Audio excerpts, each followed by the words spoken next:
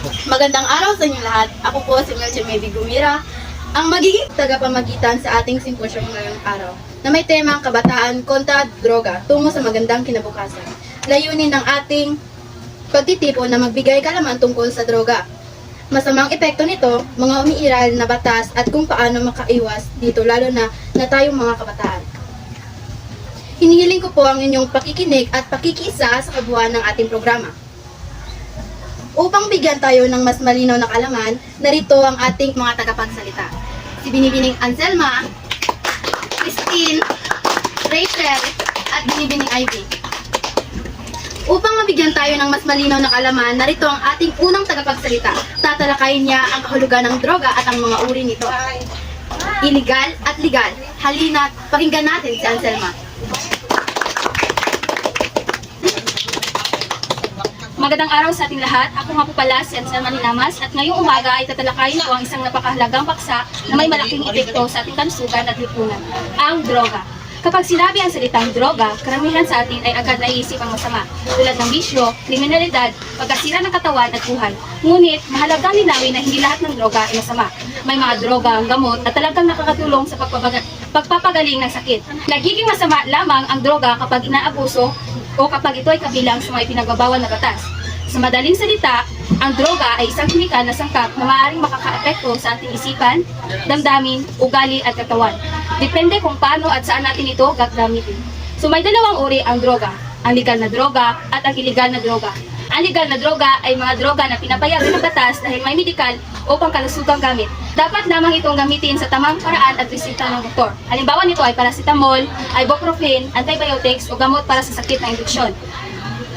At ang illegal na droga naman ay ang mga drogang bawal sa batas dahil wala silang medikal na gamit at lubos na nakakasira ng katawan, isipan at buhay.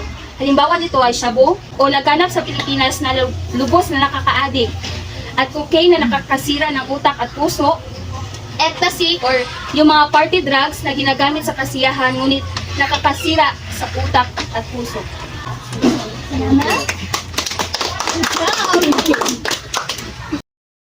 Maraming salamat, Anselma, sa malinaw na pagpapaliwanag ng droga at ang mga uri nito. Ngayon naman, alamin natin ang masamang epekto ng droga sa tao. Siya ang magbibigay liwanag tungkol dito. Pakinggan natin si Binibining Christine. Ngayong araw, ating pag-usapan ang tungkol sa masamang epekto ng droga sa tao. Alam niyo ba na ang paggamit ng droga ay may malaking problema sa ating katawan, isip at buhay? Ang unang epekto ay ang pisikal na katawan. Ang droga ay maaari masira ng ating utak. Ito ay maaari magdulot ng problema sa isip at pagkawala ng memorya at pagkakaroon ng sakit sa utak. Bukod dito, ang droga ay maaari makapagtaas ng presyon ng dugo at panganib ng atake sa puso. Ang pangalawang epekto ng droga sa tao ay ang emosyonal at mental. Ang droga ay maaaring makapekto sa ating emosyon at pag-iisip. Ito ay maaaring magdulot ng depresyon, pagkabalisa, at pagkakaroon ng mga problema sa pag-iisip. Ang droga ay maaaring makapagbago ng ating personalidad at mapagdulot ng mga problema sa relasyon natin sa ibang tao. Ang pangatlong epekto ng droga sa tao ay ang sosyologikal. Ang droga ay maaaring maapekto sa ating buhay sa lipunan.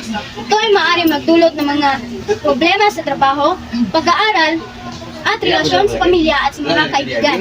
Ang droga ay maaaring magdulot ng mga problema sa batas at pagkakulong. Kaya naman, importante na tayo ay magkaroon ng kaalaman tungkol sa mga epekto ng droga sa tao. Dapat din tayo ay mag-ingat at magkaroon ng disiplina sa sarili upang hindi mabiktima sa droga. Magtulungan tayo upang maiwasan ang droga at magkaroon ng malusog at masayang buhay. Salamat!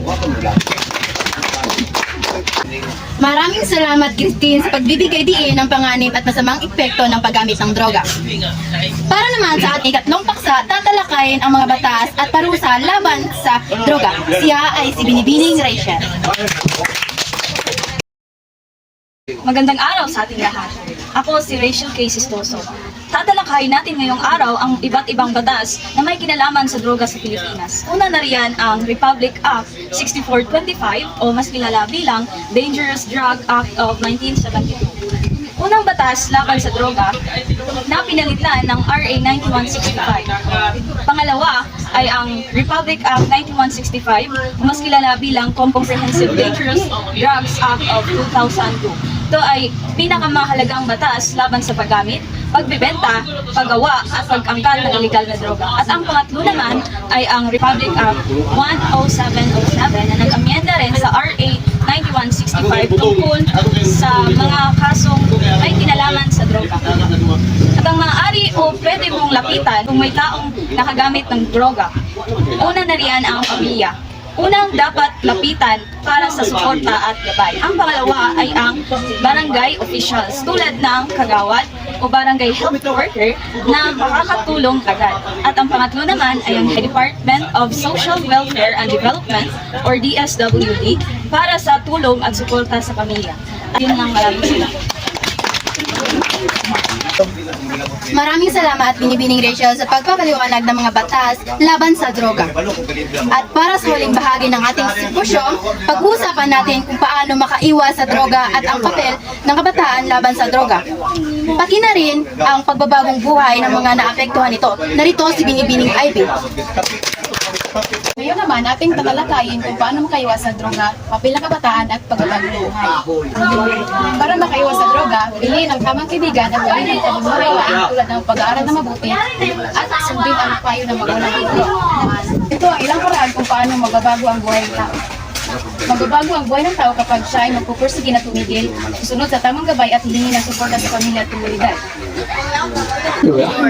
Itakda ang mga goal sa buhay at pagtatrabahuan ito. Magkakaroon ng positibong pananaw sa buhay at sa mga hamon. Magpatuloy sa pag-aaral at pagunlad ng mga kakayahan. Harapin ang mga hamon at problema ng may tapang at determinasyon. Magkakaroon ng malusog na relasyon sa pamilya, kaibigan at komunidad. Alagaan ang pisikal, emosyonal at mental na kalusugan. Baguhin ang mga gawin na hindi nakakatulong sa pagunlad ng buhay.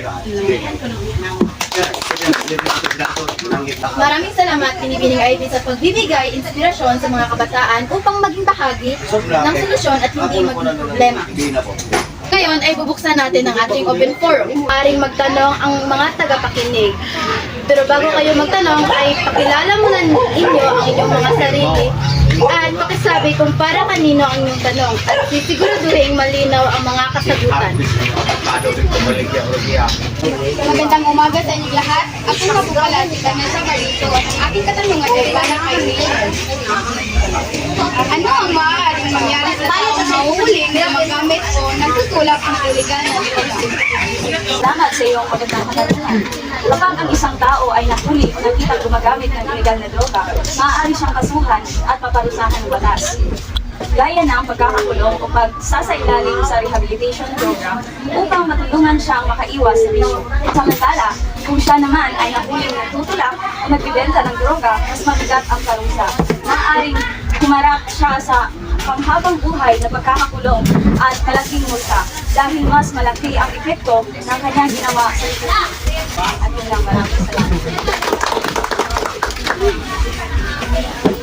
Magandang araw dito lahat. Ako pala si Tralpat. Mga katanungan niya para kay Selma. Bakit mahalaga ang intindihan ng mga tao ang droga?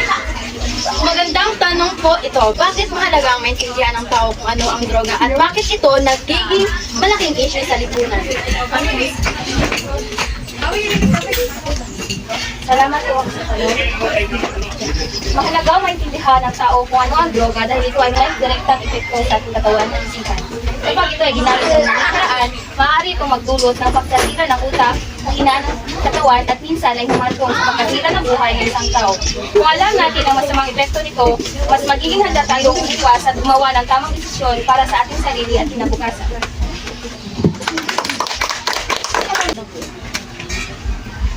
Magandang araw sa inyo lahat. Ako pala si King Jefferson Scholar at ang tanong ko ay para kay Selma. Ano ang droga at bakit ito nagiging malaking issue sa lipunan? Maraming salamat din sa iyong tanong. Nagiging malaking issue ito sa lipunan dahil ang droga ay hindi lang nakaka-apekto sa sarili, kundi pati na rin sa individual, komunidad at kaibigan. Nagdudulot ito ng krimen, kahirapan, pagkawatak-watak ng pamilya at pagkawala ng produktibong pamamayan. Kaya't mahalaga na ang lahat ay may kalaman tungkol sa droga upang sama-sama nating paiwasan at malabanan ang masamang dulot nito. Sana ay nasagot ko ang katanungan. Magandang araw sa inyo lahat. Ako po pala sa Bahal. Ito po ang ating katanungan para sa Christian. Ano ang pangunahing epekto ng droga sa kalusugan? Ang pangunahing epekto ng droga ang kalusugan ay sa pisikal ng pangangatawan. Maaari itong makasira sa ating utak and nervous system. Ito ay magdulot ng mga problema sa ating pag-isip at pagwala ng memorya at pagkaroon ng sakit sa utak. Ito ang aking katanungan.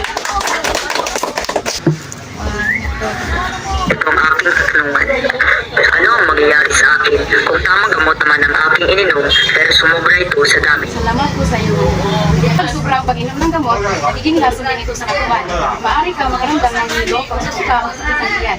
Kaya kahit mabuting gamot, kapag sobra, masama pa rin ang epekto. Dapat na di tama ang dami at ayon sa payo ng doktor.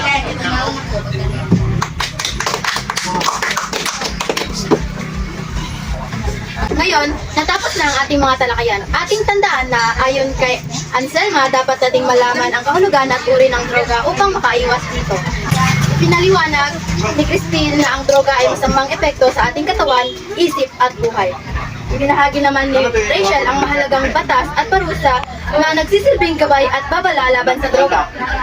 At sa huli, pinaalala sa atin ni Ivy ang malaking papel ng kabataan at pagpili ng tama at pagtulong sa pagbabagong buhay ng mga naligaw ng landas.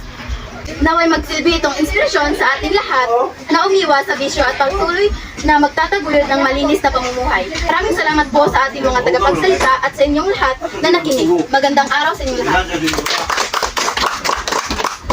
Tapos ng Lisa.